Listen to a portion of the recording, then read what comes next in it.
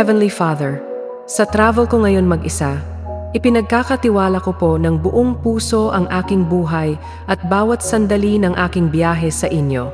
Kayo po ang aking gabay, tagapag-ingat at kasama sa bawat kilometro na aking tatahakin. Panginoon, dalangin ko ang gabay ng Holy Spirit upang maging malinaw, alerto at mahinahon habang bumibiyahe.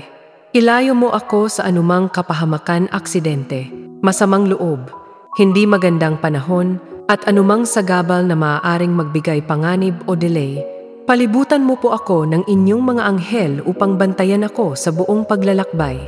Nawa ay maging maayos ang kondisyon ng sasakyang aking gagamitin mula sa makina, ilaw, wheels, brakes at lahat ng parte nito.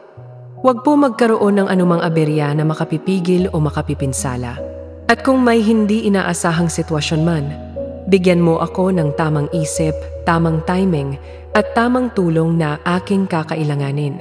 Panginoon, gabayan mo rin ang lahat ng taong makakasalubong ko sa daan, mga driver, pedestrian at iba pang manlalakbay. Maiwasan namin ang pagkainit ng ulo, padalos-dalos na pagmamaneho o anumang asal na maaaring magdulot ng panganib. At higit sa lahat, Panginoon, hinihiling kong hindi lamang maging ligtas ang aking biyahe, kundi maging matagumpay. Nawa ay maging maayos ang dahilan ng aking pagpunta, maging payapa ang aking pakikitungo sa mga tao at matupad ko ang aking layunin ng may grasya at gabay mula sa inyo. I-bless mo rin ang aking pag-uwi upang makabalik akong buo, panatag at may pusong puno ng pasasalamat. Thank you, Heavenly Father, dahil hindi ako nag-iisa. Kayo ang aking kasama, tagapagtanggol at sandigan sa bawat minuto ng aking travel. Ito po ang aking prayer.